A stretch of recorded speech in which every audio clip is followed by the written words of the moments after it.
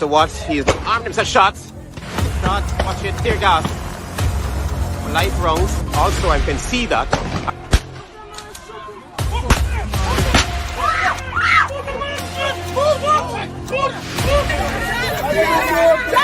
for Quindon! That man is a boxer, man. Why can't you put in a boxer, man, to do that?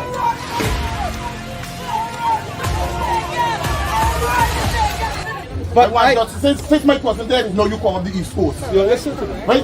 No, you come on the East Coast. You listen to me now. You gotta listen to me too, man. I am listening to Right? you. Now, I see you on the East Coast. The day when they get a protest of them, the next day, that's when you see one bigger heads come up to talk to my family. Right? And that's bad. If we didn't do a protest, we want to see nobody for justice. You see? I'm not holding back nothing. I'm not holding back nothing. I just need justice of my family.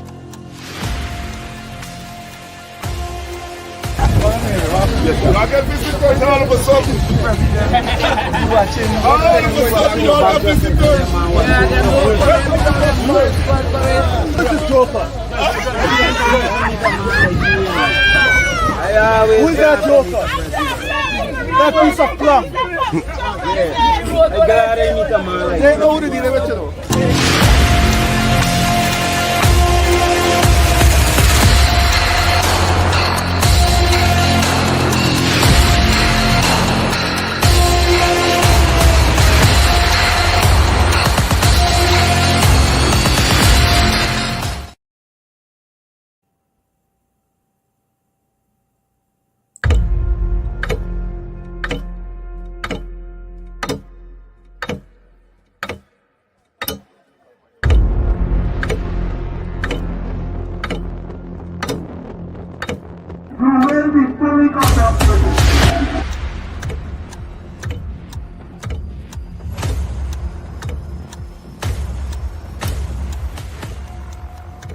Mr. Watts, he's armed himself. Shots. Shots. Watch it. Tear gas. Live rounds. Also, I can see that. Just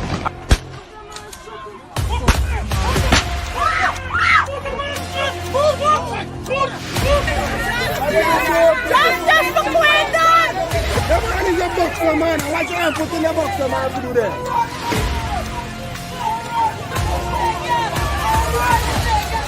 But why since my cousin there, no, you come on the East Coast. You listen to me. Right? No, you come on the East You Coast. listen to me now. You gotta listen to me too, man. I am listening to Right? you. Now, I see you on the East Coast. The day when they get a protest of them, the next day, that's when you see one bigger heads come up to talk to my family.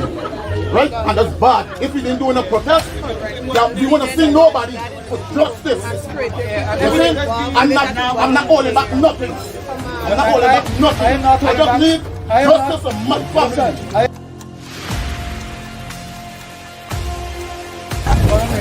I get visitors all of a sudden. All of a sudden, you all have visitors. This is Joker.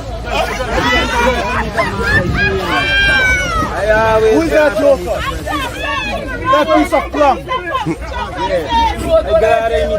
They know who they with you know.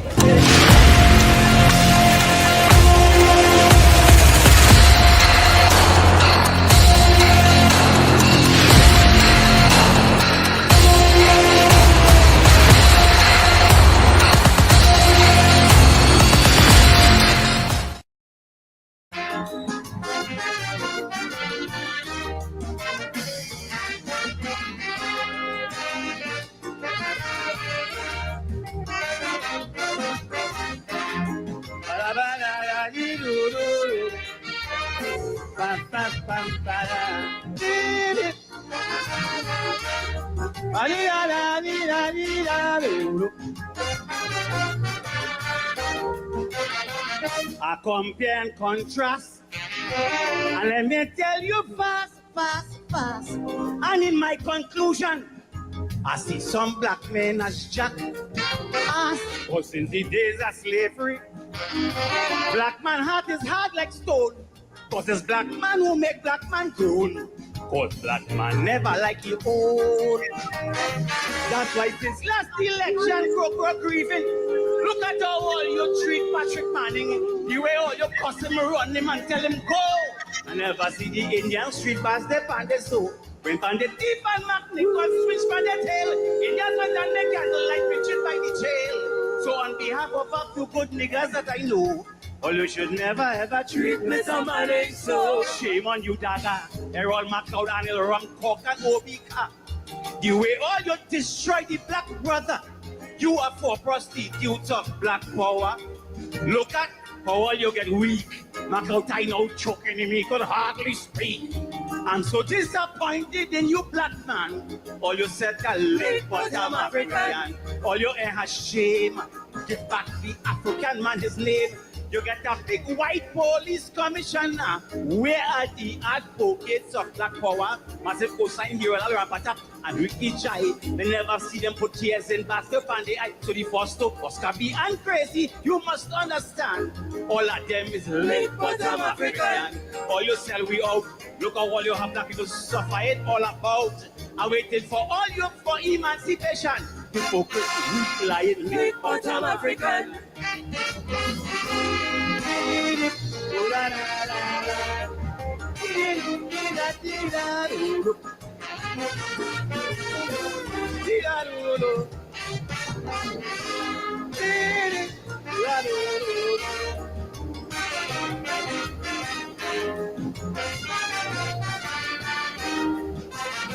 Chalky did vex with Valley, but Chalky should apologize publicly.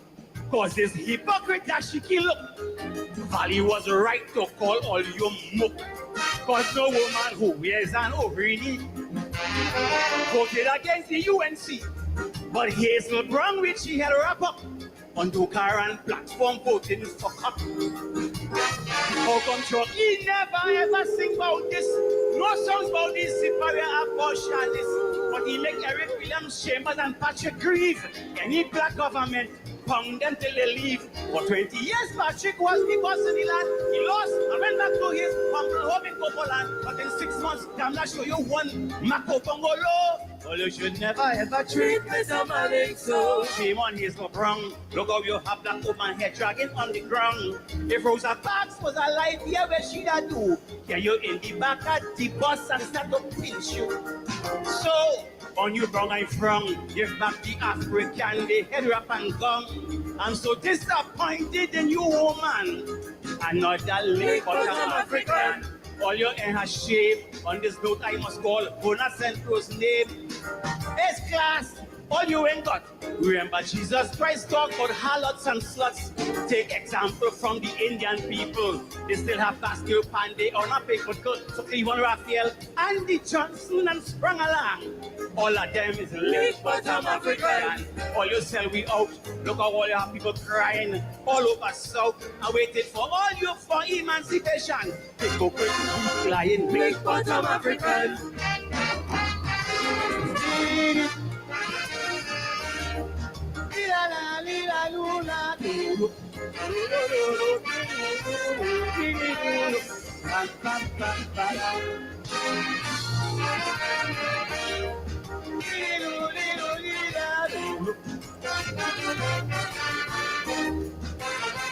Remember Narayan Singh?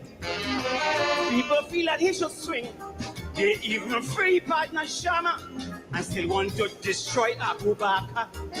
And in a taxi, I hear a man say, Ishan them ain't going away. But if it was a little black boy from Lavanti, he would have been on the plane already. And how come I ain't hearing anybody? Why they go protest like 1970? Where is Kafra Kambon and Orogo Ome? These so-called black conscious men are not to the same. When I see Macau and them, I don't feel to cry. Macau wearing shitty suit with jacket and tie, he forget wrong neck jersey, and now we're in tuxedo. Or you should never ever treat me somebody so. Is that set of fake for a couple $1,000 or the king gold break? Dr. Fido Black always used to tell me that the black man is the black man's worst enemy. Leram Kepalani run the country. The driver can't drive when it was Robbie. I'm so disappointed in you, black man. Your white-bearded late bottom African. All your air has shame. Get back the African man his name. You should be complaining to him, should be off the scene. You want to go up Lavanti and Villa latrine, you find that the poor must sit in the cold and Kamala could sit by remote control. And so disappointed in you black man, all you said that late for South African, all you sell we out, look how all your people suffering all about. I even get Tobago have their own champion. I thought that is a late for South African. So, on you brown I from, give back the African, the head wrap and gum. I'm so disappointed in you, woman. Another late for South African. All your hair has shaved. On this note, I must call Bona Centro's name. It's class. All you ain't got. Remember, Jesus Christ talked about harlots and sluts. Take example from the Indian people. They still have Pascal Pandey on a paper cut. So even Raphael, Andy Johnson, and sprung along. All of them is late bottom African. All you sell we out. Look at all your people crying all over South. I waited for all you for emancipation. Hypocrite, lying, late bottom African.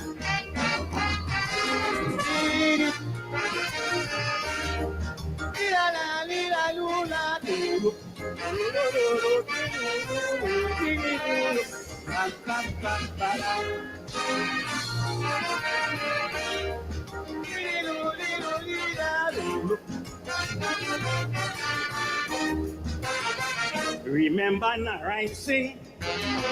People feel that he should swing. They even free partner Shama and still want to destroy Abu Bakr. And in a taxi, I hear a man say, Ishandem ain't going nowhere. But if it was a little black boy from Lavanti, he would have been on the plane already. And how come I ain't hearing anybody?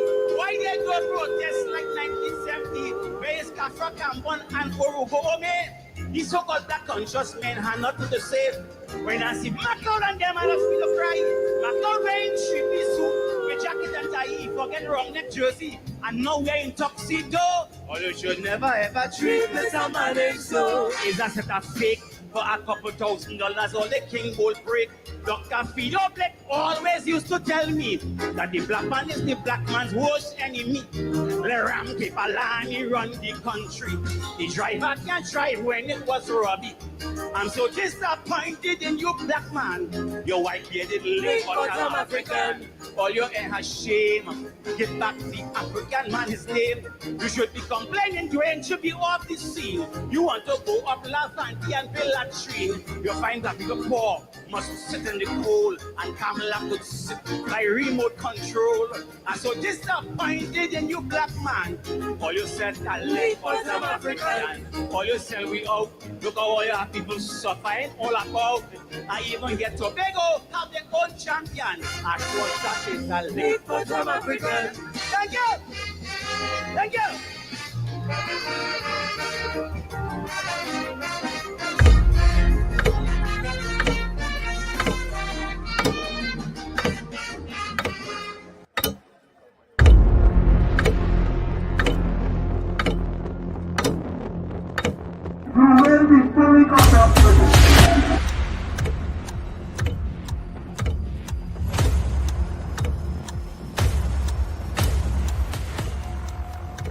Mr. Watts, he's armed himself shots.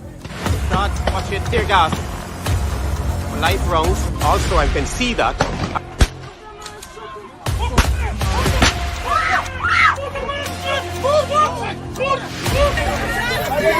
Justice for Quindon! Everyone is a boxer, man. Why can't you put in the boxer, man, to do that?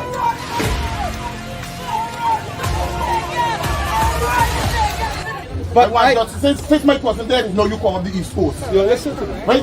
No, you come on the East Coast. You listen to me now. You gotta listen to me too, man. I am listening to Right? you.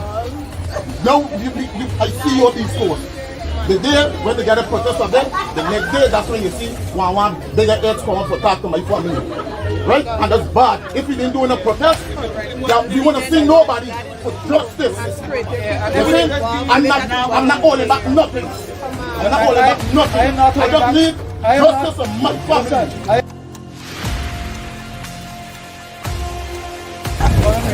I get visitors all of a sudden. All of a sudden, you all have visitors. This is Joker. Who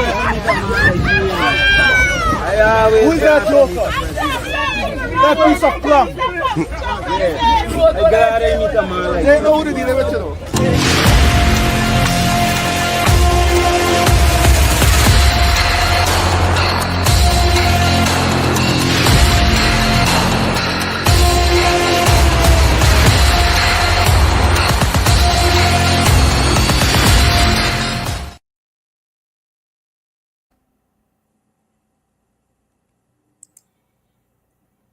Unity.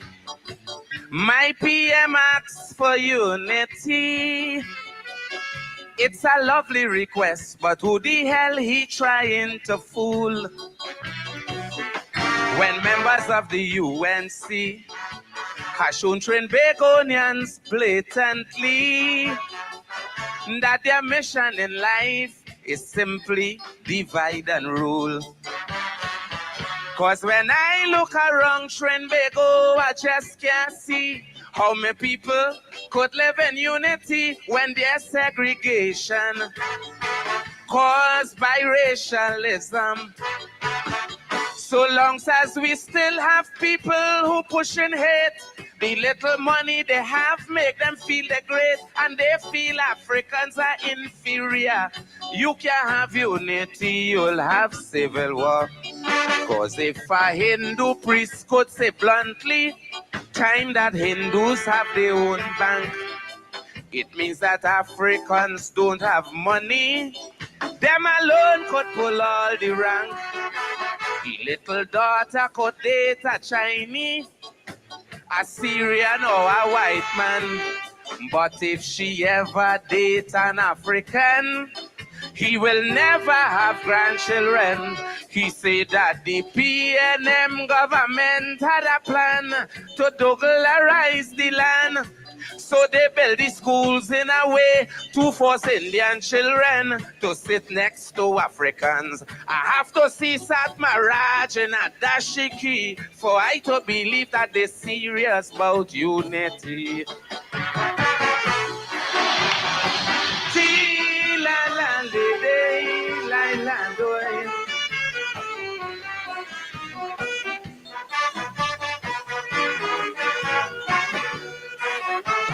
The Indians and Africans living in this land under same circumstance was oppressed by the white man. But they volunteer while we were captured, sold and brought here. We were considered as slaves, but history said they were indentured. Yet through it all, we still stick together in sun and rain. On the plantation where we cut the cane, it didn't have no party. Was love and harmony. But politicians have we brains all inflated. They keep fanning the flames of hatred long before it had a UNC. You and I was living in unity. But now they talking about ethnic cleansing. They say we must stick to we own kind. But the old people, they have a saying that time is longer than twine. Africans supports Indians religiously. Anything they have, we right there. For when they celebrate Eid and Diwali, we build Jose and Lydia. We children does go to the prayers and eat parasad, regardless how big or small. But if a Baptist have a Thanksgiving on the block, they don't send the children at all. When I keep Shango feast and they come by me, then I go believe they're ready for unity.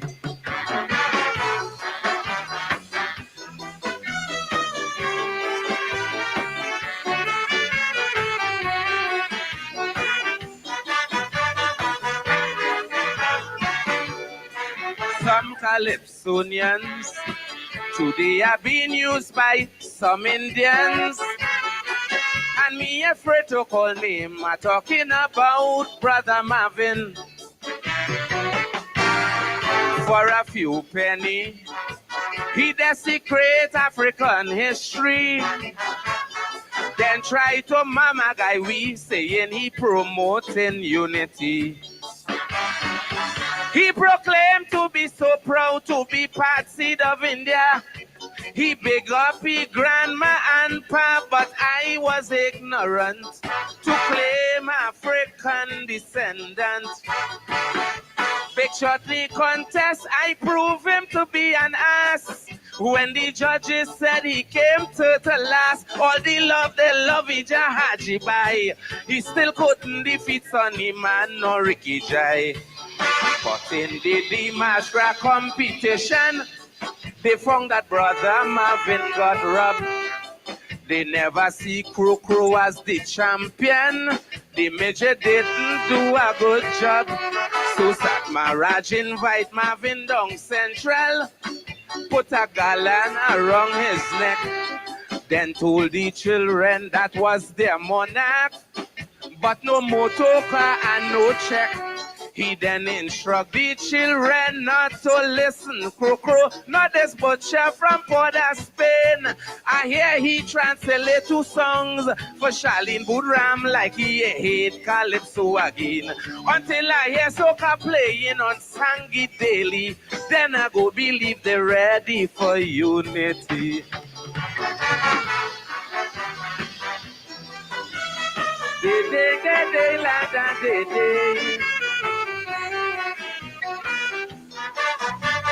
I mean, hear this. When you want unity, you have to treat each one equally. Be it African, Syrian, white man or Chinese, cosmopolitan is the status of this twin island. So why the hell Sat Maharaj washing him out on African? I think it's time someone put this big belly man in his place. Cause we all belong to the human race in the eyes of the Creator. No one is greater.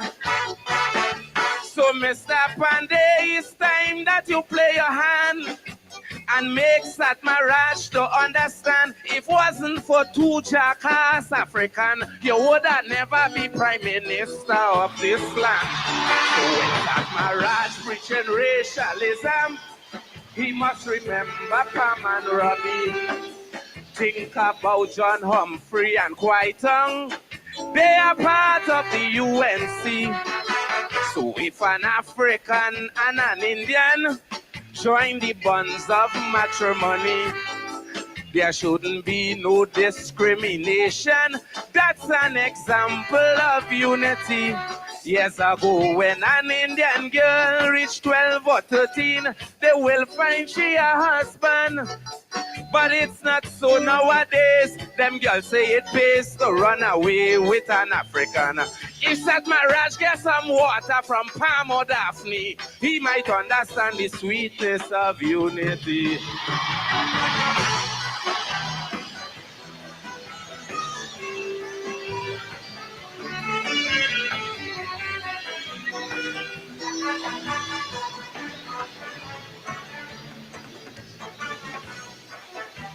Maharaj washing him out on African.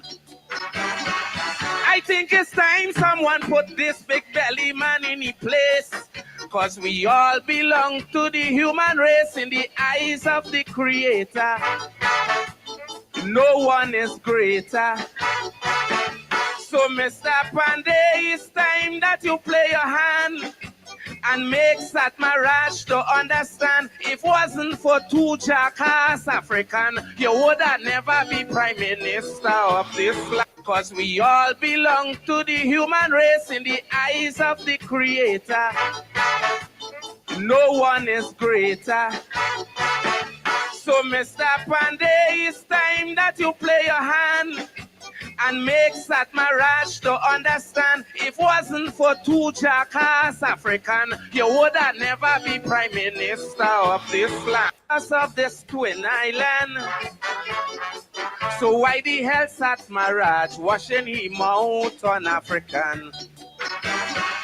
I I think it's time someone put this big belly man in his place.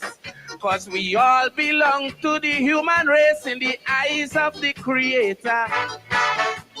No one is greater. So Mr. Pandey, it's time that you play your hand and make Satmaraj to understand. If it wasn't for two jackass African, you would have never be prime minister of this land. So when Satmaraj preaching racialism, he must remember Pam and Robbie. Think about John Humphrey and Kwaitung. They are part of the UNC. So if an African and an Indian join the bonds of matrimony, there shouldn't be no discrimination. That's an example of unity. Years ago, when an Indian girl reached 12 or 13, they will find she a husband. But it's not so nowadays. Them girls say it pays to run away with an African. If Satmaraj gets some water from Palm or Daphne, he might understand the sweetness of unity.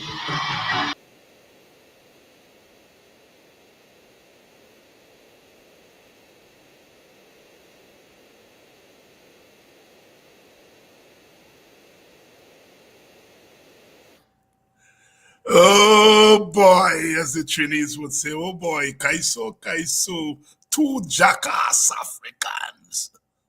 And we got some jackass Africans in Guyana. If it wasn't for two jackass Africans, you would have never become Prime Minister, Mr. Pandey. And we in Guyana get some jackass Africans. I hope the Chronicle is here tonight. I hope the ERC is here tonight. One more charge. Jackass Africans.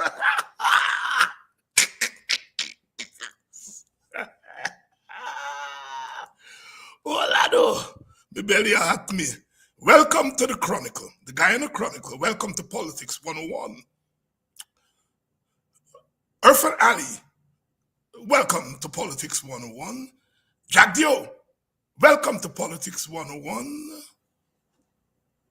German Figuera, welcome to Politics 101. Tonight we're going to be talking about jackass Africans. Thank God for Kaiso. Thank God for Kaiso. Thank God for Kaiso. I know when you see the Lord was giving us gifts, he gave me plenty. He gave us Kaiso. Put licks on them. If it wasn't for two jackass Africans, we get about 22 jackass Africans in Guyana. 22. Good evening to the jackass Africans. Good evening to the lick Bamsey bottom Africans. Good evening. It's so good to be alive. If I do nothing more in my life, if they take me tomorrow or tonight, I will die satisfied that I call out the jackass Africans and the lick bottom Africans. I love the Trinis them, you know. I love them bad. I love the Trinis them bad. I love them bad. I love them bad. Yay, bye. Would I never be Prime Minister of this land? One is greater. So Mr. Pandey, it's time that you play your hand and make Satmaraj to understand. If it wasn't for two jackass African, you would have never be Prime Minister of this land. So when Satmaraj preaching racialism, he must remember Pam and Robbie. Think about John Humphrey and Kwaitung. They are part of the UNC. So if an African and an Indian join the bonds of matrimony, there shouldn't be no discrimination. That's an example of unity. Years ago, when an Indian girl reached 12 or 13, they will find she a husband. But it's not so nowadays. Them girls say it pays to run away with an African. If that Maraj get some water from Palm or Daphne, he might understand the sweetness of unity.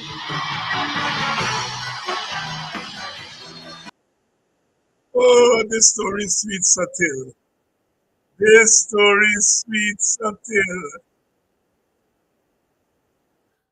Jackass African. A jackass African. And we get them where we want them. You know, I became a student of Calypso in 1972. Those of you from Buxton know, you all know I grew up near Rum Shop, Rubber Rum Shop, Portuguese man, Rubber Rum Shop, and they're always playing Calypso on the jukebox. And one night I was listening to the radio, and Ken Cosby, who's now deceased, used to do a late night program called Night Ride. And he had Dr. Gordon Rollier, a professor, Guyanese professor who was teaching in Trinidad, and who is the scholar, the preeminent scholar of Kaiso. And I heard that man trace the history of Trinidad from 1956 to 1972 using the calypsos of the Mighty Sparrow. I was 12 or 13 then. And I said, what?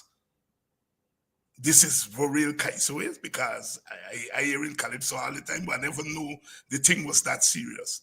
And from that time, I started to listen to Calypso and became a student of Calypso. And today I teach Calypso. I teach reggae music. I teach the lyrics.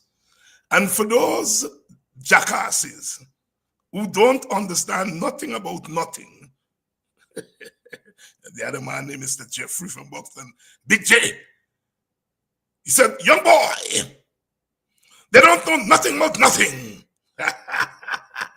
Big J, they know nothing but nothing. So they don't know about Kaiso. Thank you to the brother who sent me this Kaiso, this Calypso by Sugar Aloes, Unity. Thanks for it. I had listened to it. In 1997 is when Sugar Aloes did this Calypso. And I'd forgotten about it. And thank you, brother. And I want to invite those of you, I know Keith Beresford and others who are students of Calypso, to send me, when you all find one that is appropriate, send me them, because Kaiso sending them mad. Before that, we heard the Mighty Crocro, the midget, Lick Bottom Africans. So we get two tonight. We played Lick Bottom Africans, and then we played Jackass Africans. Welcome to the ERC. Welcome to the ERC. Welcome to the Guyana Chronicle. I know you all are covering me. I want plenty more headlines because you're all helping me to do my work. You're all helping me to do my work. You're all spreading the gospel to the corners of Guyana. Every little child in Guyana, every big person in Guyana now know how to identify lick bottom Africans and jackass Africans. So you all give me another headline tomorrow. Dr. David Hines insults Africans by calling them jackass Africans. You all get the headline. Somebody sent me a link today that Member of Parliament Jobain Figueira has condemned me for calling African people lick bottom Africans. I'll tell you something. I know Jermaine. He's a young boy that I like. I like young people who get into politics. I like him. And I'm going to give Jermaine a pass because when I read what Jermaine said, I know Jermaine don't understand the gravity of what I am dealing with. I give him a pass. He don't understand. When I read what he said, he doesn't understand. And so I will give him a pass. I'm not going to ask you all to give you a pass, but there's a hard one. There's a hard one. That's a hard one. Jermaine, bye. You're a good guy. You're a good guy, but you're falling into the trap, boy. You're falling into the. I'm not going to put you in the category of jackass African or lick bottom African. I'll give you a pass, Jermaine, because at least you're still on the team. You're still on the team, you know. But try and understand something before you comment on it. Somebody can be a racist when they're criticizing people of their own group. There's a term we use for it, but I won't give you, Jermaine. I'm keeping it for the ERC. Jermaine, I went to Howard University. I did my master's there, and I did my PhD. And when you go to Howard and other HBCUs, you get a black education. You get a black education. You learn race. You learn what is race. You learn the definition of race. And I learned it at Howard, and I've gone on to teach it for over 3 decades. I know about, I am an expert on race. I appeared for Freddie Kissoon when Jack Dio sued him. I appeared as an expert witness on race because Freddie Kissoon said that Jack Dio was an ideological racist. And I appeared on behalf of Freddie Kissoon to give evidence on his behalf and to explain to the court why Freddie Kissoon was right. I was cross-examined by the late, great Bernard DeSantos. People said it was one of the easiest cross-examination. They felt that it's either Santos went light on me or I was talking sense. So Santos didn't zero on me. But the point I'm making is that I know what is race. I know what is racism. Racism is when someone of one ethnic group believes that his or her ethnic group is superior to another ethnic group. Racism is when someone of an ethnic group has prejudices against another ethnic group and then gets political power and uses that power to further their prejudice against another ethnic group. When people of an ethnic group speaking to one another, that's not racism.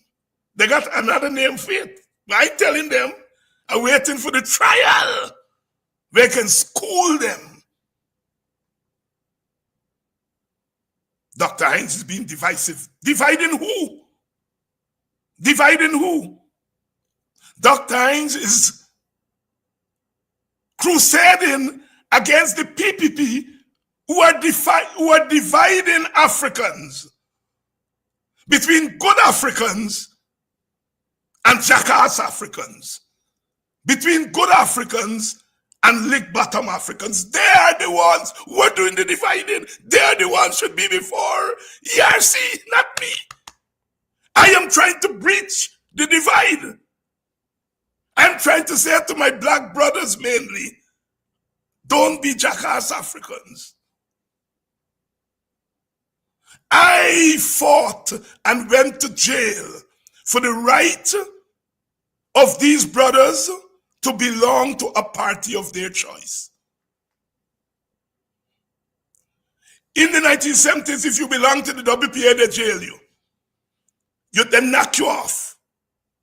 And we fought for the right for people to belong to any party they want to belong. The fact that some of these guys could belong to the PPP today is because of people like me. I spent 39 months in jail so that these guys can belong to whatever party they belong. And I will protect and defend their right to belong to any party that they want to belong to.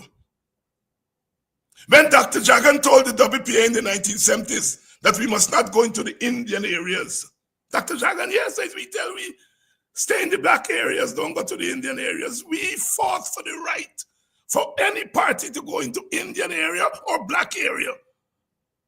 And I will fight and preserve that right till the day I die. What I didn't go to jail for, what I didn't fight for, what Walter Rodney did not die for, and Oini Kwame and Edward Dublin, what they did not die for, what Ogunse and David Hines and Godfrey Sage and Kwame Apata, what we didn't go to jail for is for Africans to go into African communities and carry gifts and carry resources from the state and give it to young African people and say, here is this $200,000, give me your vote. That is vote buying. I didn't go to jail for that. I didn't take beat up for them. And so, I am waging jihad against that. I am waging war against that. I did not go to jail for that.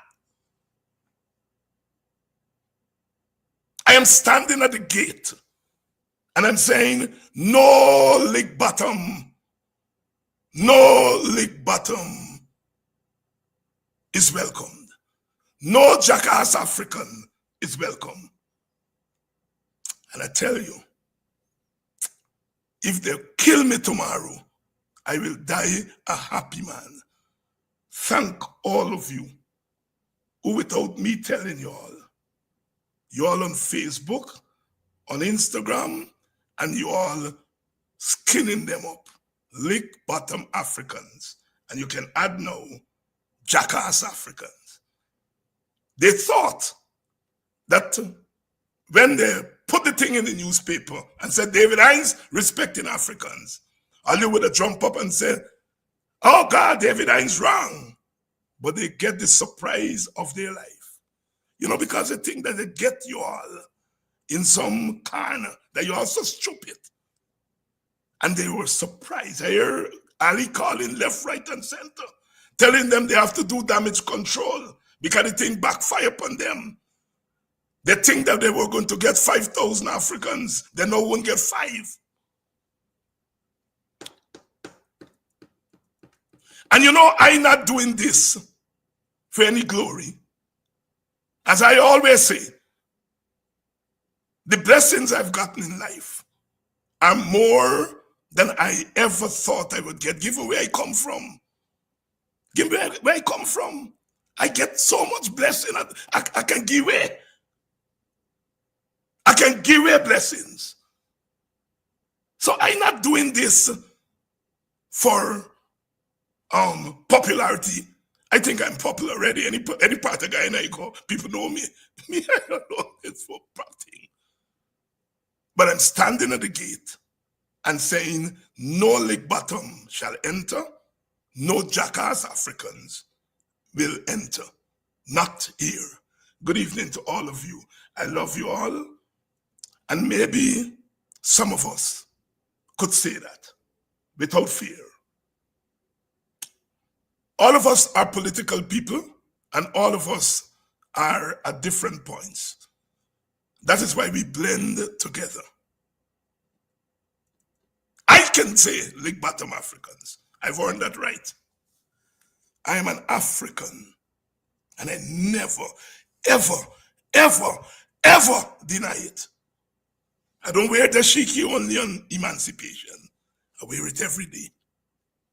I study African history, African politics, African culture, among other things.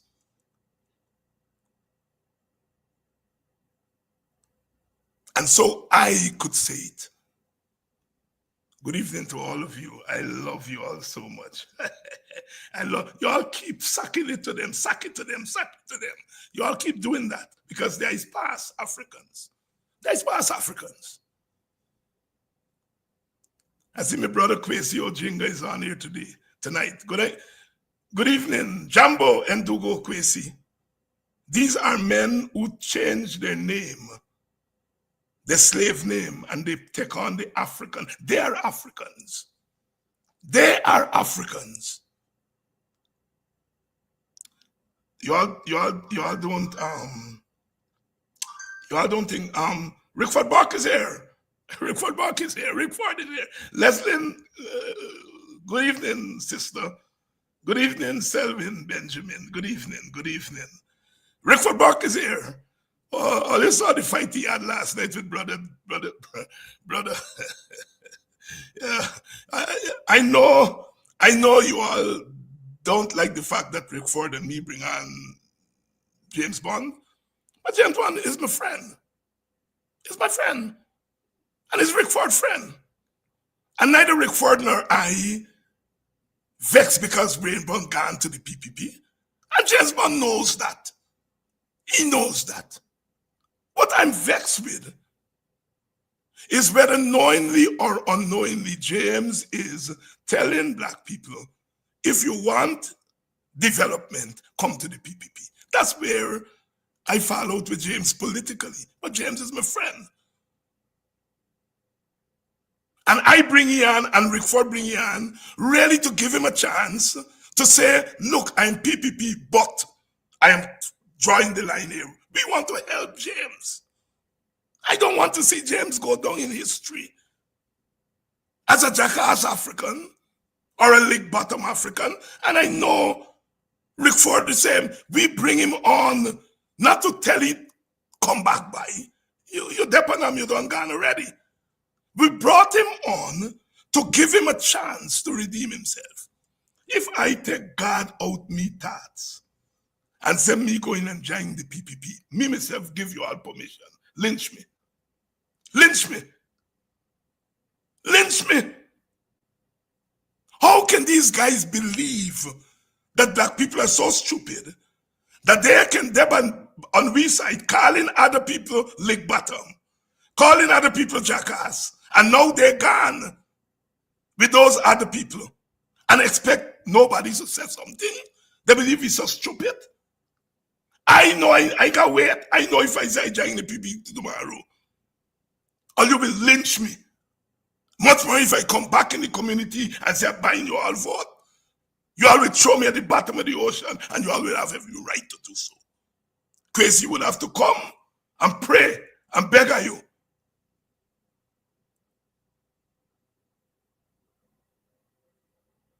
The fact that they believe that they could do that and not get caught, something wrong with them. Something wrong with them. They feel that we are jackasses. We are not.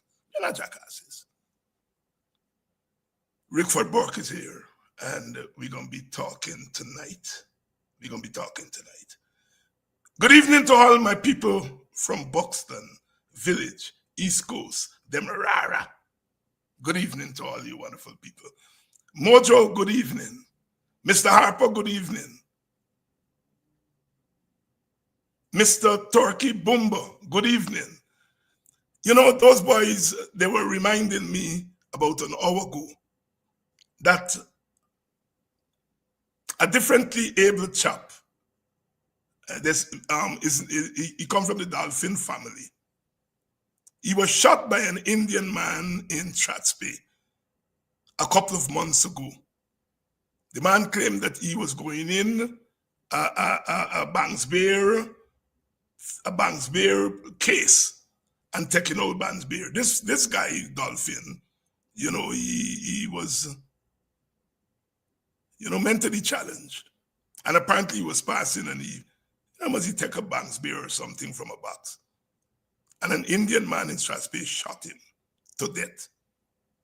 And to this day, we are hearing nothing of that story. I want to put that story on the front burner. I see Leland Saul is here tonight. Leland, I want you all to take up that story. I'm going to call you and I'm going to brief you on that story. For taking up a bear, a mentally challenged African, pick up a bear from a bear box, and an Indian man shot him dead. And to this day, nothing from the story. If that is what they're doing, mentally disabled African, what will they do to Africans who are not mentally challenged? I be there on them, and I will have to stay on them. We got to fight this fight. And you all have no fear. If you are looking for one leader who is not backing down,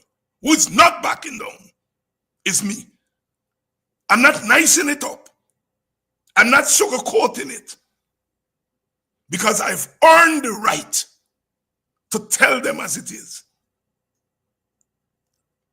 Where was Jermaine Figueroa? Where was the Chronicle? Where was all of them from DPI? Because that's what they do. The letters in the newspaper come from DPI people. Where were they? When Ali stand up in Buxton and call me a clown and ask me if I know who is he. And when me take off Pani from this program, he never called me name, and after that, that's why I know he will never call David Hines a clown after that, because I dress you up and I dress you down. I remember short tail little bye. I didn't go run into the ERC. I didn't run to the Chronicle because me able with them. Good evening and welcome to Politics 101. We are doing it. Christopher Thomas, you done by? You're done. Flash Gordon, good evening. Good evening, Mr. Burke. Good evening, sir. And how are you? I'm well. Thank you for having me. I noticed you had a hard night last night. Did I? Yeah, I noticed you were trying your best. You were trying your best to pray for our brother. I know you're a church boy, you're an Adventist boy, and you were trying to give him some sweet hour of prayer. But rough. So, you come on here tonight to condemn me for calling people like bottom Africans. If so, Mr. Burke, tell me straight up front. I know not of what you speak, Doctor.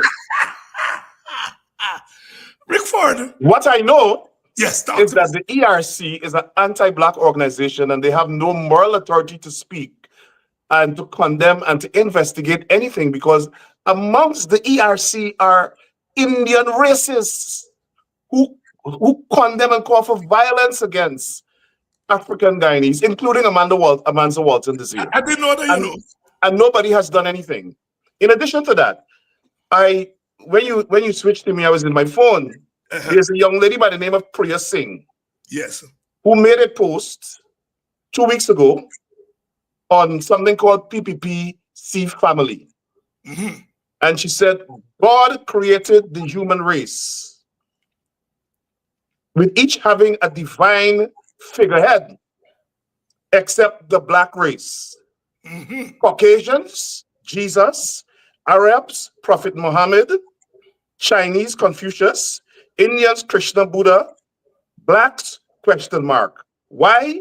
Because God never created Blacks to be human. What the hell the ERC could tell me when they allowed something like this to pass?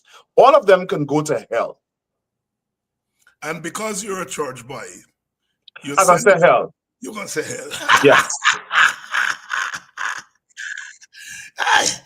Rickford,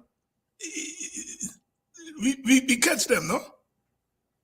No, so Dr. Hines, let me tell you what. First of all, they don't understand that you and I live in a society where we're fearless to confront race. Mm-hmm. We don't see race as taboo. Mm-hmm. We live in a society where historically, because of our race, we have been prejudiced against, disadvantaged. And we have experienced prejudice, rather, and we have been taken advantage of. And we live with hate in this country from some people.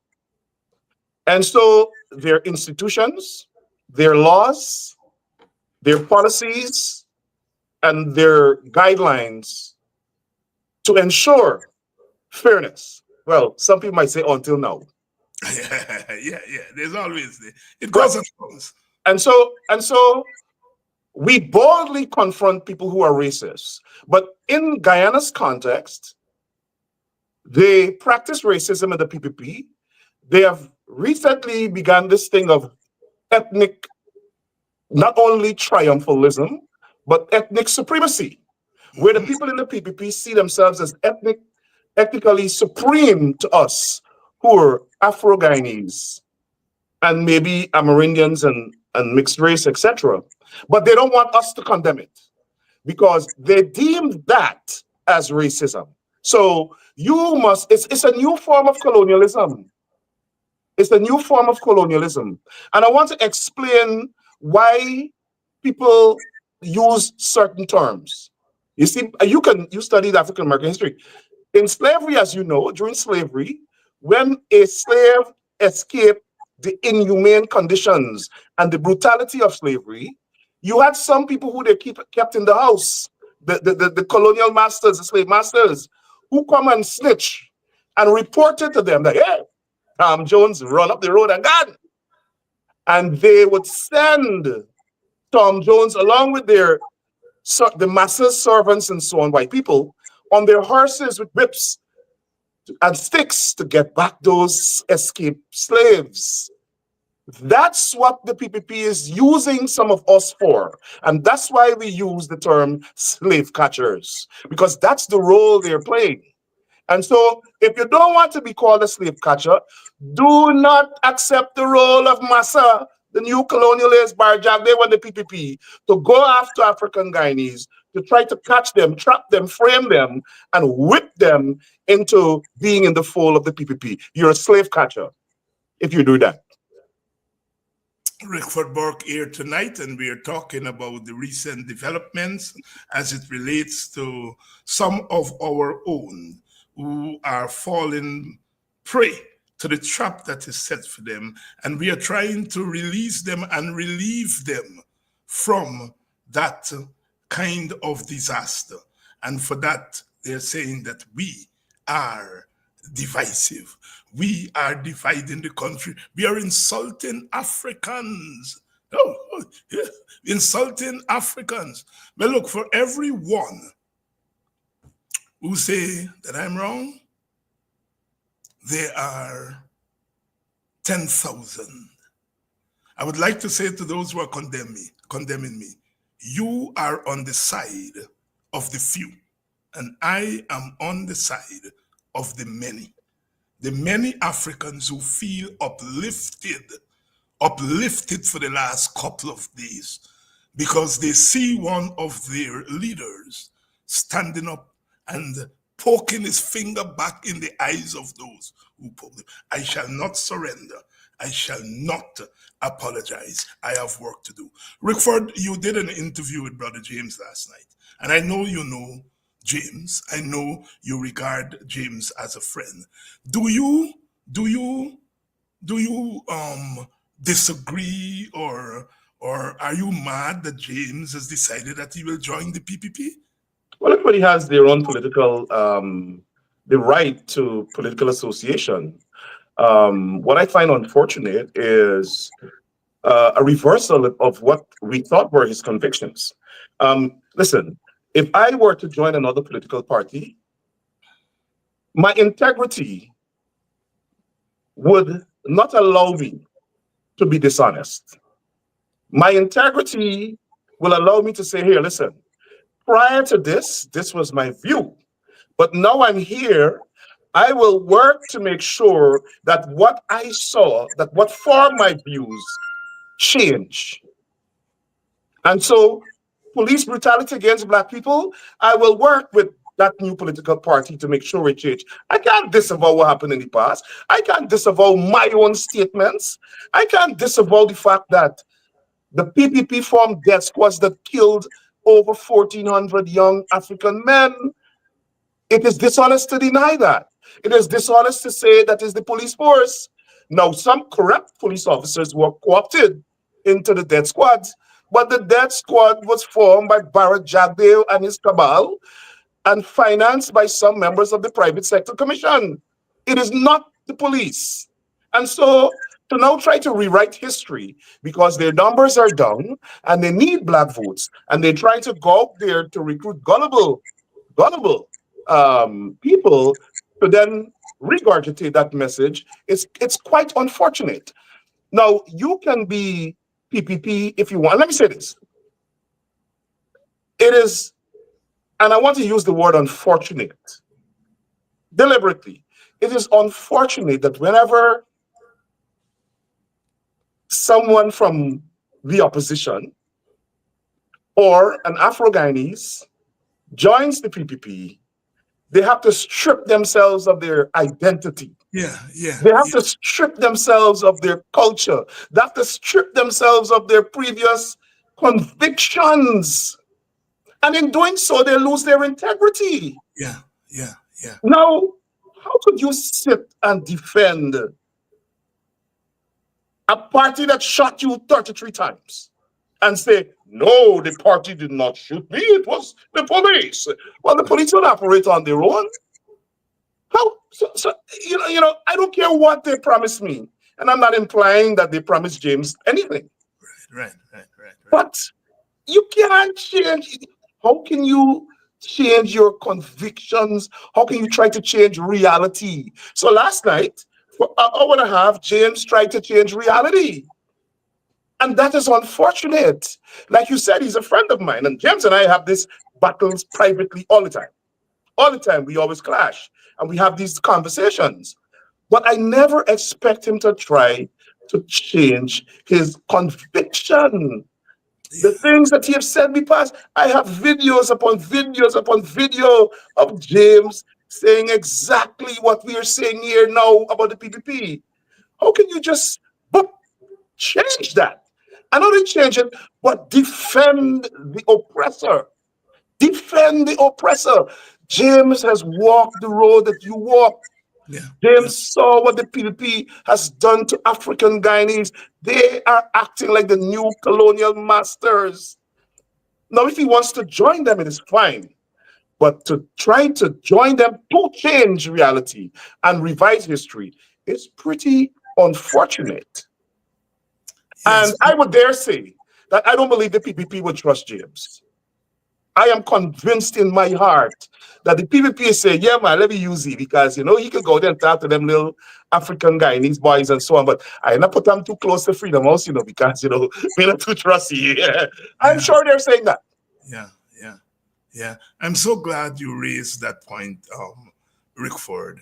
There are Indians who are in opposition parties. There are Indians in the PNC. And the PNC don't put them where they have to deny their Indianness. The PNC doesn't, I fight against Burnham, but one thing Burnham never did was to have Indians strip themselves, Cessna and them remain pandits right throughout the time. They never deny their Indianness.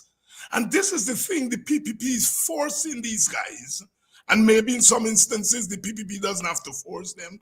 They deny their blackness. Why can't you go into the PPP and remain black? And stand up for the black constituency. Yeah. That is, and they're pretending that they don't know what is it that we are talking about. And, paying attention to language and all that kind of thing. Who can use bad language more than Barajak? Exactly. But Dr. Hines, they will not condemn Barajagdeo because they believe in East Indian supremacy. So they believe Barajagdeo has a right to say these things about Afro-Guyanese, but we can't say it back, right? It's ethnic supremacy. And I could understand if someone wants to disagree with you. People disagree with us all the time. You disagree with people. I disagree with people. I'm sure you disagree with some things I've said before. It is fine to disagree. That's your right.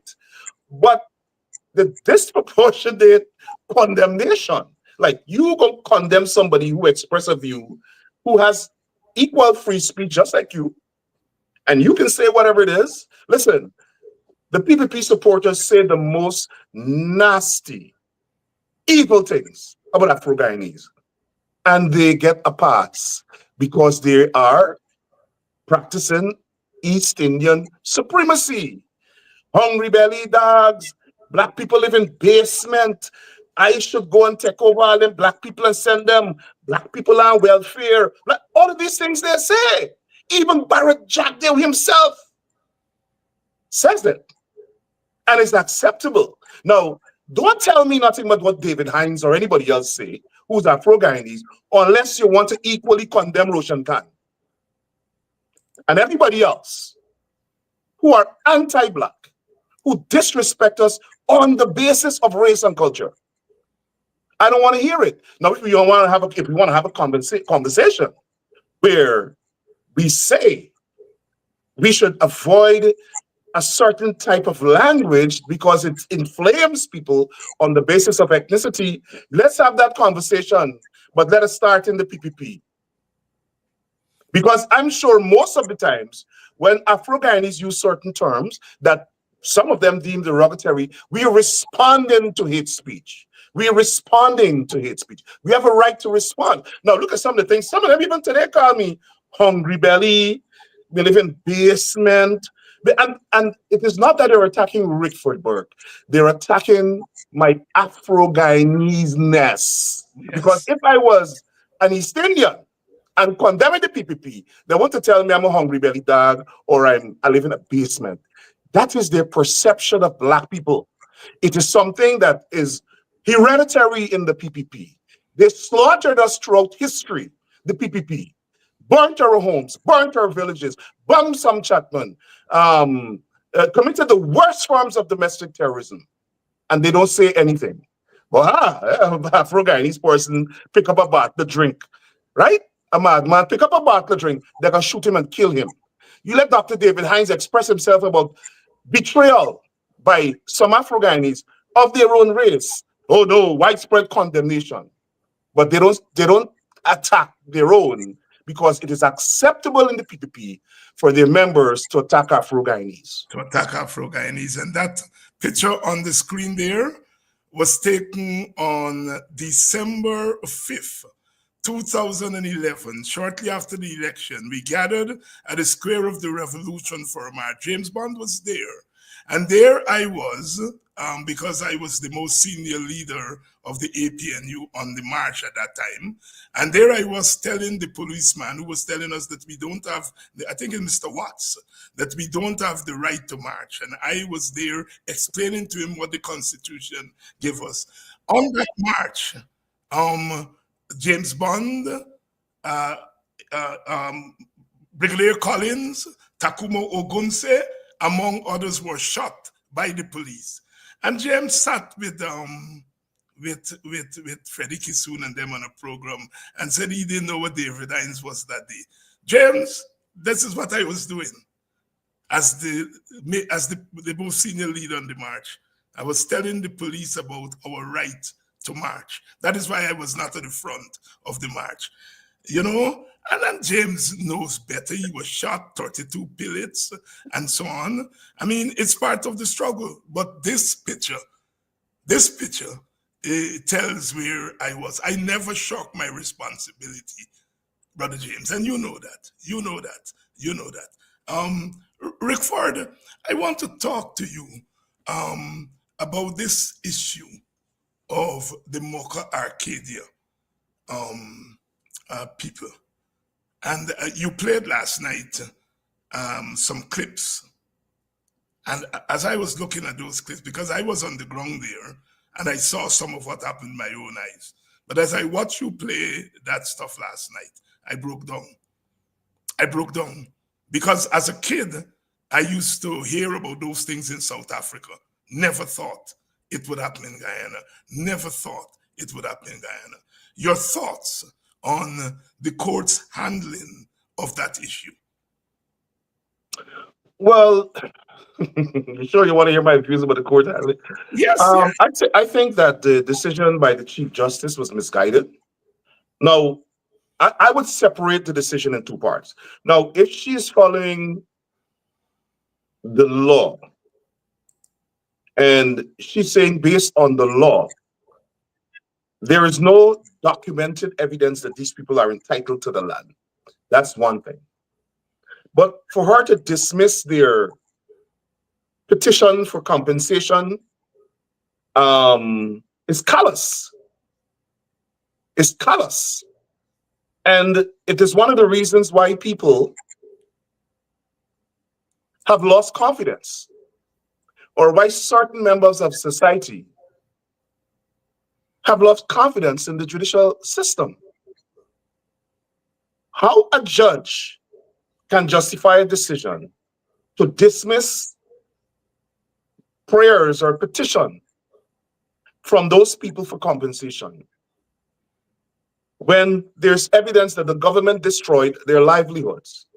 The government destroyed their homes, was brutal, dragged them through the mud, shot at them, shot them, buried their animals alive, their livestock, destroyed their merchandise.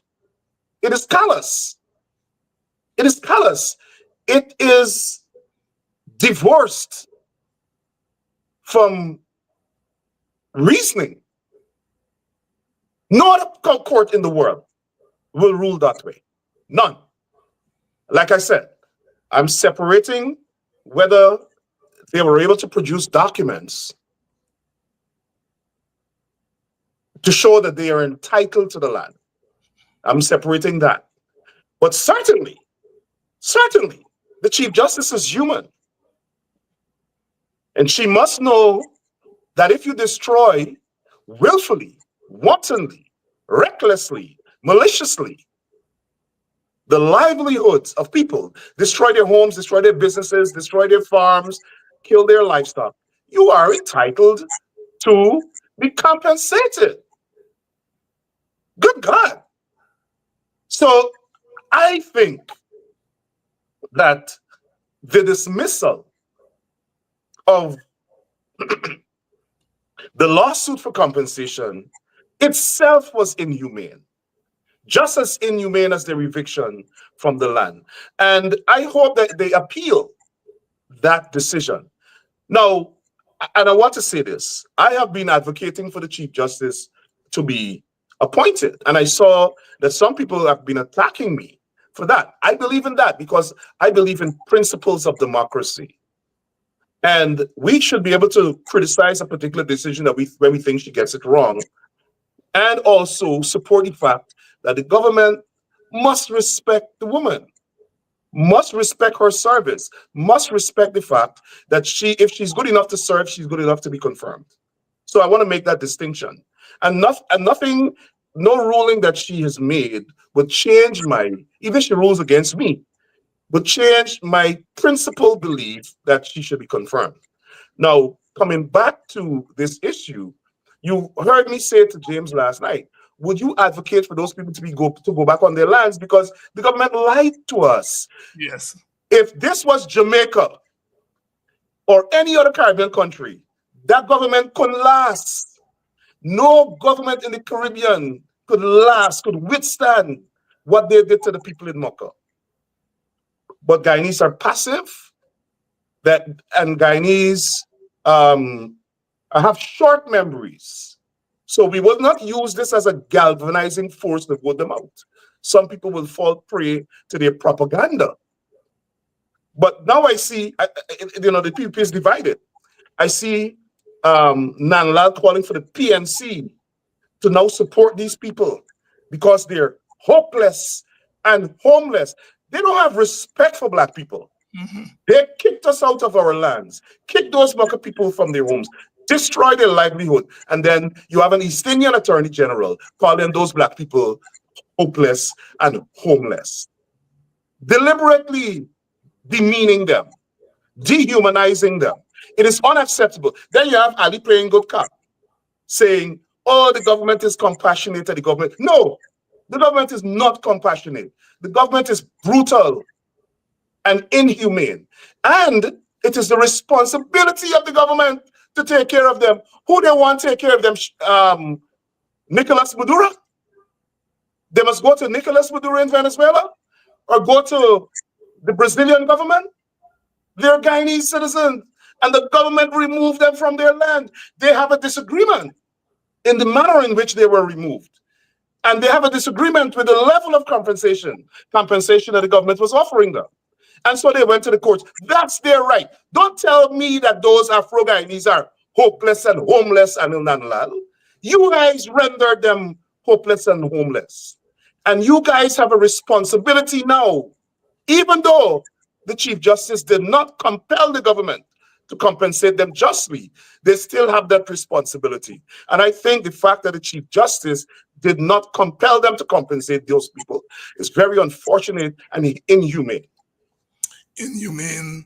Rickford Burke here tonight. We needs no introduction to us, and we're talking through issues that are pressing ones. Good evening to all the wonderful people of Golden Grove, Haslington, and the Blacklist. That's the Tri-Village area of Mr. Quindon Bacchus, who you saw in the clips earlier.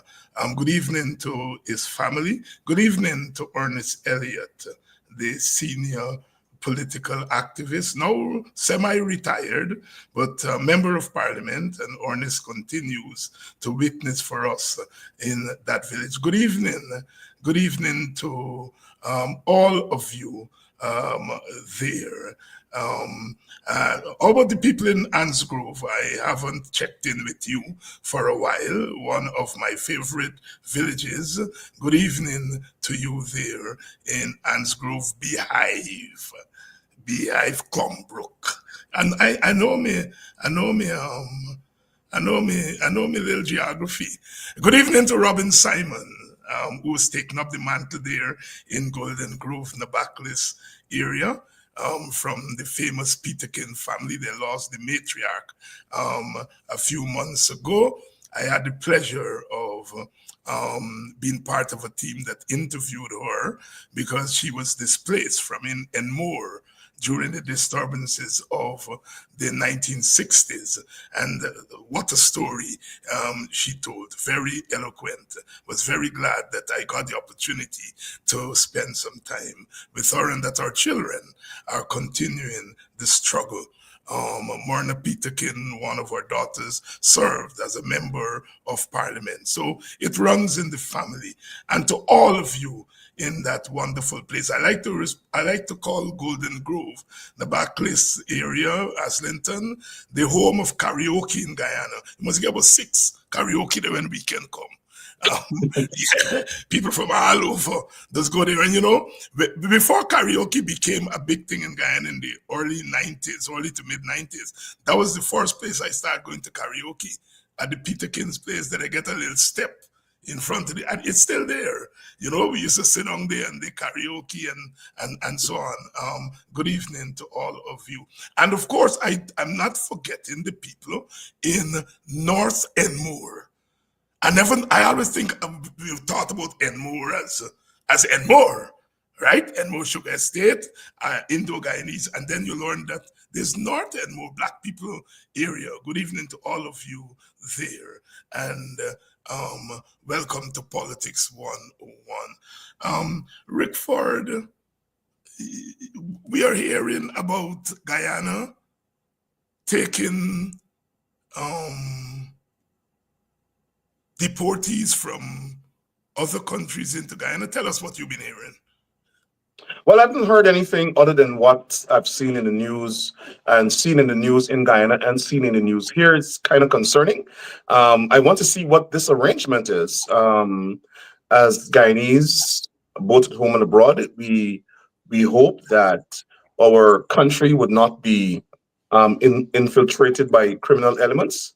I recall when the Haitians were in Guyana, they were expelled, or they were imprisoned, as far as I'm concerned, because they were held in captivity. They were held against their will.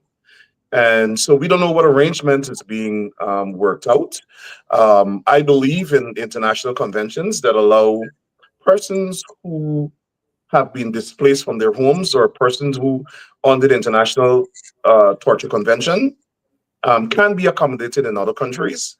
And so I don't want to shut the doors to persons suffering from a humanitarian crisis, but I would like to see what arrangement has been entered into with the United States government. And I also believe that before a government enters such a serious arrangement, there should be wide consultation with civil society and the political opposition. The PPP doesn't own Guyana, even though they believe they do.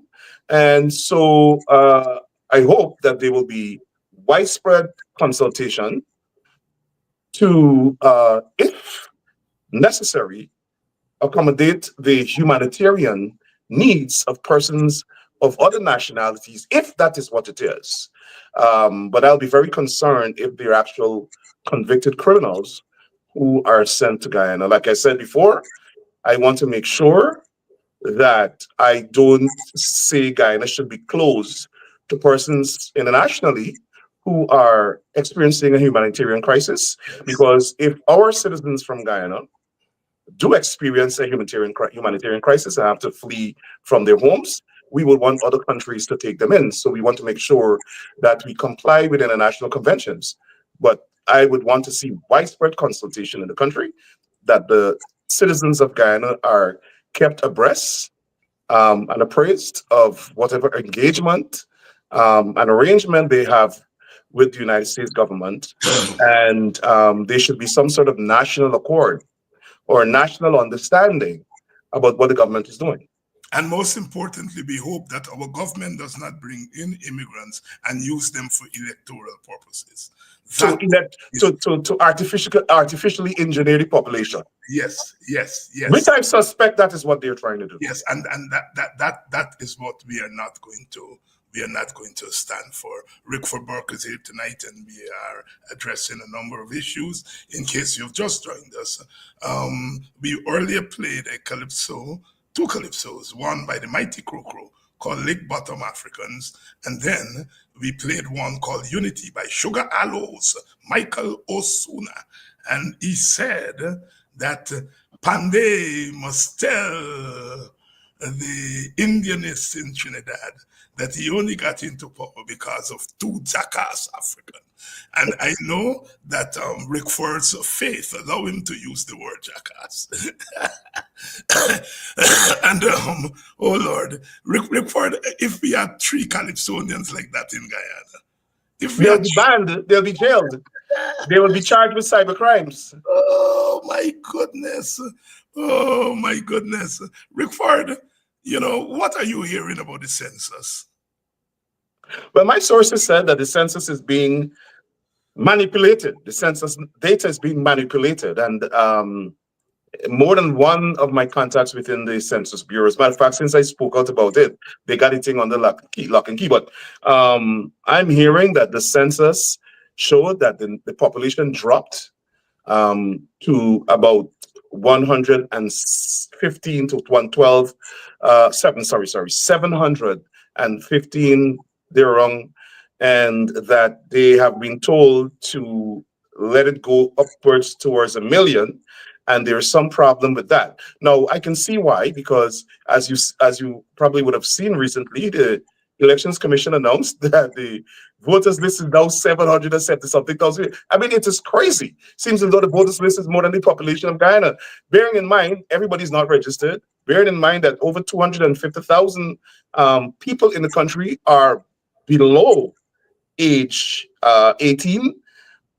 So I don't understand how the Elections Commission is going to justify this number that is equal to the population. And I think the opposition should not participate in an elections without one biometrics and without a new voters list.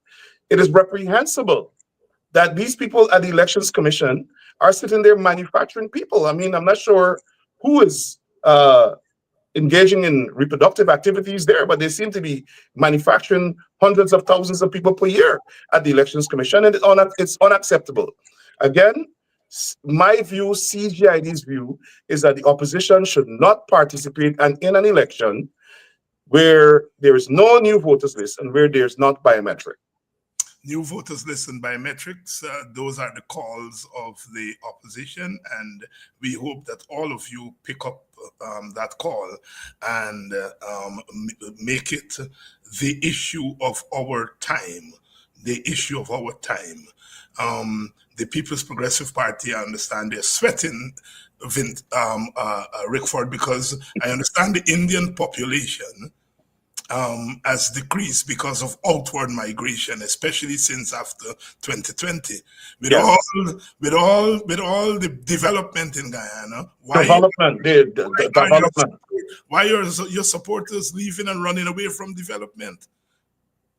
And also, I understand that the reason they created this crash grant initiative is to find a way to validate the census. And they're even more confused now because the cash grant registration is at over 200,000 less than the census. And my understanding is that they're trying to say, well, they lost the data. They didn't lose the data. The people never existed. The people don't exist.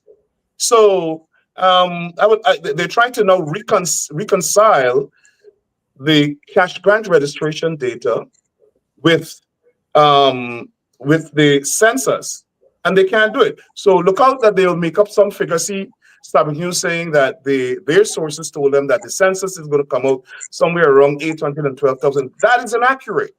That is inaccurate. And I hope the people at the Census Bureau are preserving the data, the raw and original data that they got from the census, because this is going to be a serious court battle.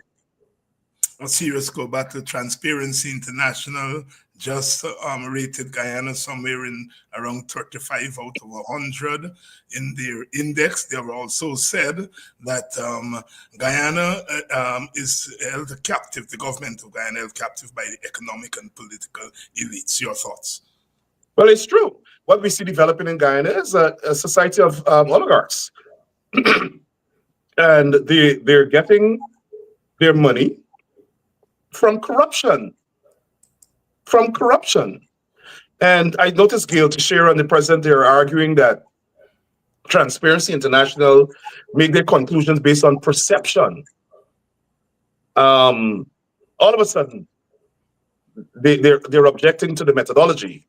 When the Granger administration was in power, they didn't object to the methodology, but now it's coming back to them. And every time they're in power, it's in their genes.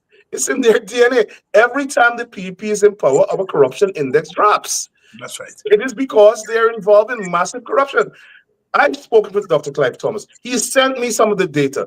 His research showed that Barry Jagdev's administration, the PPP, from between 1999 and 2015, when they came into power, stole about $5 billion US. They either stole it directly through public corruption or they siphoned it off from the economy. $5 billion US. There should have been a serious international inquiry, but the David Granger administration failed to do that.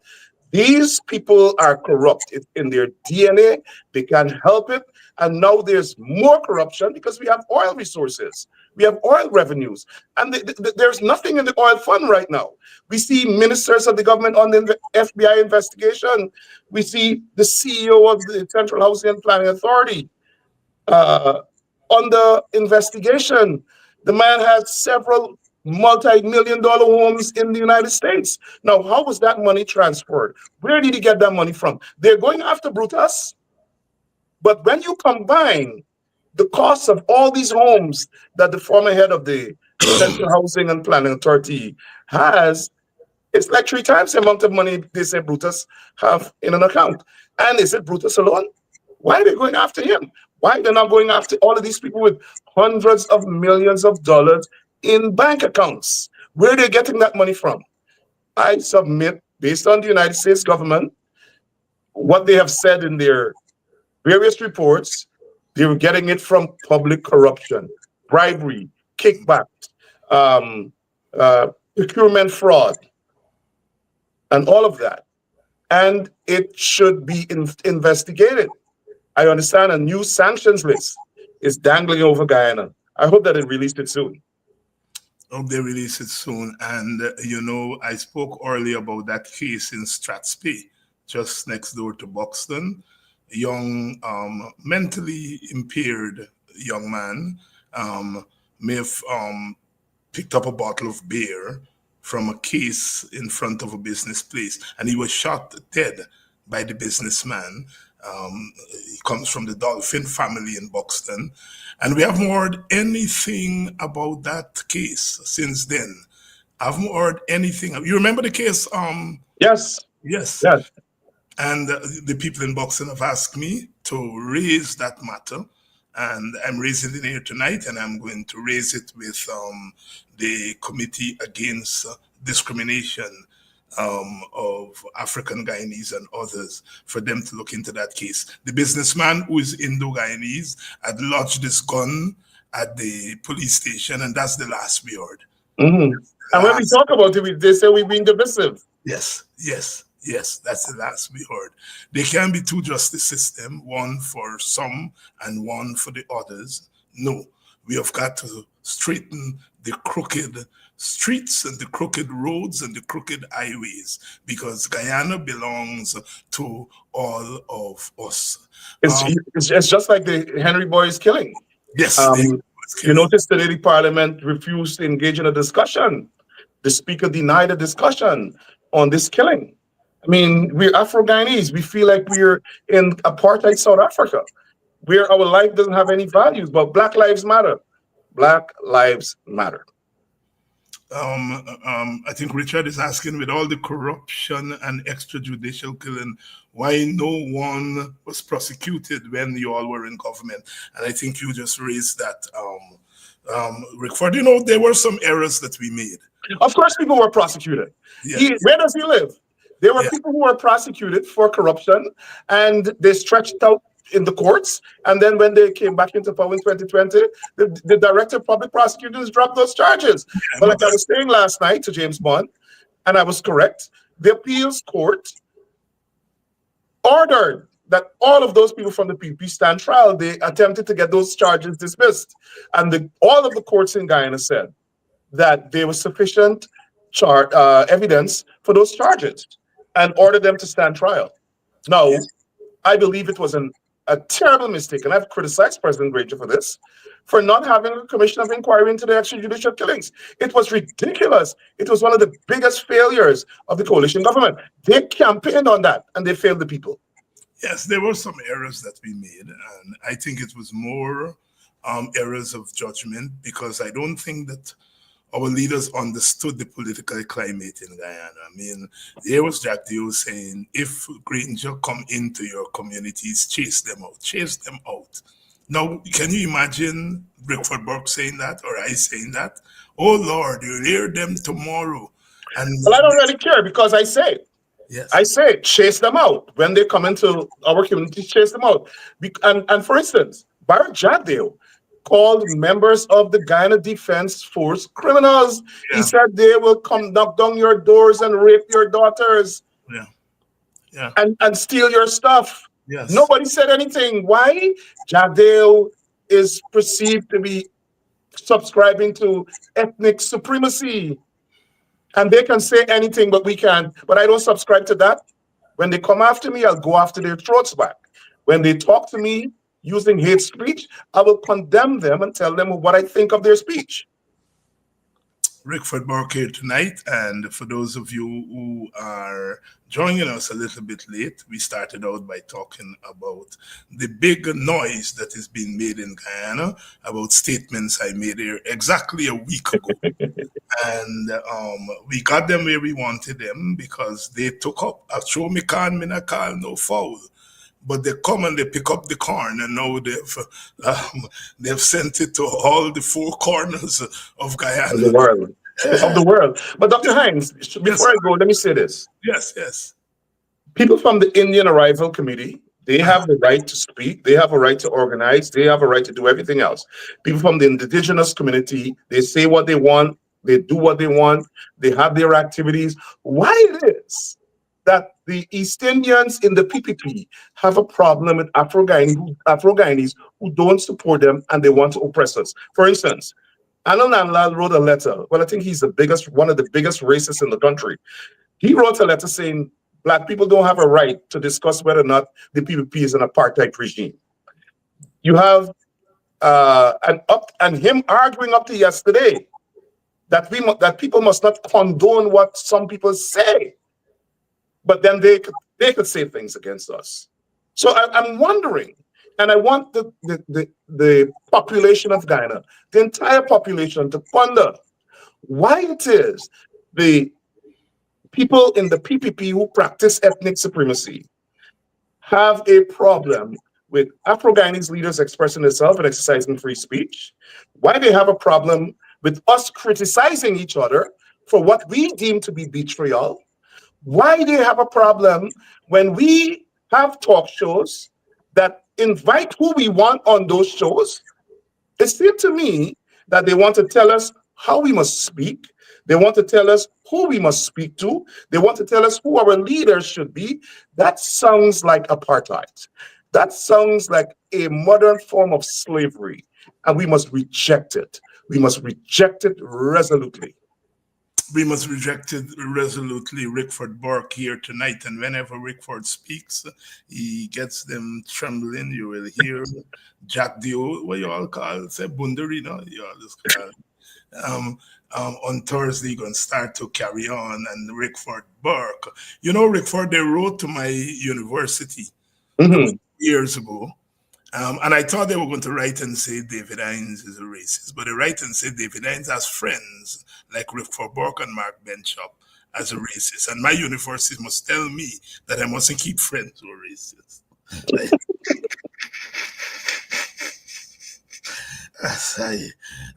You know, if this thing was not serious, Rickford, if it were not serious, you know, I mean, we could laugh until the cows come home. But you know, it is the same mentality I just spoke about. They like to write people that we are associated and friends with to see if they could discredit us. Oh, I'm going to write the congressman, or finally give a speech criticizing me. Oh, we call on the congressman to talk to Rickford. Rickford is his own person. Rickford has his own individuality. Nobody could influence what I say. I exercise my independence and my free speech. No, I'm not going to abuse my speech. I'm not going to go out there and call any person a hungry belly dog. I'm not going to go there and call a black woman a low life. I'm not going to go out there and say Christians don't have no God. Because I'm not a member of the PPP. You are not a member of the PPP. I'm not. Good evening to all of you. You all have come out in your numbers tonight. Shondell, Griffith, Andrea Boston, P.R. Cock, who is this? Miss Bovell. Good evening to all of you. Without you, there would be none of these shows. We do it because you want us to do it. And I want to thank some of you. I know I have a few of you sent in contributions, and I have to thank you. And I told you all must remember to put on the banner at the bottom, and you all don't remember. You all remember. It's just, I just remember it because I watch Rickford and I see money right all over Rickford's face. So I said, I put it up here. So please send the looks are deceiving, Doctor. Please. By the way, Doctor, we're gonna have the Washington Conference on Guyana this year again. Okay, beautiful. Rickford, as we close out, in a couple of days we will be celebrating our 55th anniversary of Republican status. The PNC this past week celebrated the 70th anniversary of the Birth of Day Party and the 102nd birthday of Forbes Burnham. Speak to those three landmarks. Well, I saw the PNC's anniversary celebration. It's a little different, and I'm observing. In terms of matrimony, I think it's time for us to have, and people are going to say I'm being divisive, but I think what the PPP does for matrimony is disrespectful to the nation. So it's time to have two matrimonies. The real matrimony, let the PPP go and have their matrimony, because obviously they want to de-emphasize it and emphasize on independence. And but matrimony is our celebration of the Republican status of the nation. Mashimani, that celebration was dedicated to the indigenous people. And so it's a desecration of their heritage for the PPP to diminish Mashimani to where it is today. I'm struck by the fact that we have not developed this into a real national cultural celebration. It's disappointing. Every other country has their form of cultural celebration in the form of carnival, Crop festival in terms of Montserrat, carnival in Antigua, all the other countries that have carnival and whatever they call it. And we have Mashimani, and it's a disgrace, especially whenever the PPP is in power. It's a mockery to the original idea of Mashimani. And so I would like to see some people in Guyana get together, and if the government does not want to participate, let's have real Mashimani that matches Carnival or Crop Over. Now I see that in April they do something called Carnival. They're just diluting the culture. And they're deliberately diluting our culture because they want to de-emphasize things that were created or the aspect of our heritage that were emphasized by the People's National Congress government. And I think it's an insult to the nation. And let us have real Mashimani, and let the PP have whatever they want to call it. They could march down Freedom House in front of Rob Street in front of Freedom House and do whatever they want. But we should have Mashimani. Mashimani. And while we're rich, congratulations to Miss Diana Chapman, who captured the Soca Monarch on Saturday evening. Diana Chapman from Linden, so the people up there at Linden would be celebrating. She comes from the famous Son Chapman family. She is the daughter, I think, of the owner of Son Chapman, Mr. Chapman. Rickford, as usual, my pleasure having you on. Short notice, but we do it to each other all the time. So I was glad that you came on tonight. Thanks for having me. Good night to you and your listeners. Thank you. All right. And to you, our audience, big up yourself. And as usual, stay firm, stay strong. No apologies, no backing down, no surrender. No surrender. We are on a mission, and we are going to complete this mission. We need all soldiers on deck, battle wear, and get ready. I'll see you all tomorrow evening, tomorrow night for all my Europeans in the house. I'll see you all tomorrow night. Audrey Brown, good night. Ivor Miller, good night. Selwyn Benjamin, good night to you. Lorraine Walcott, I think I see my brother Leland Aubrey Saul. Right, make a nice name. Emily, good night. Good night to you, Carl Miller. And I am going to see you all tomorrow night, same time, same place, for another edition of Politics 101.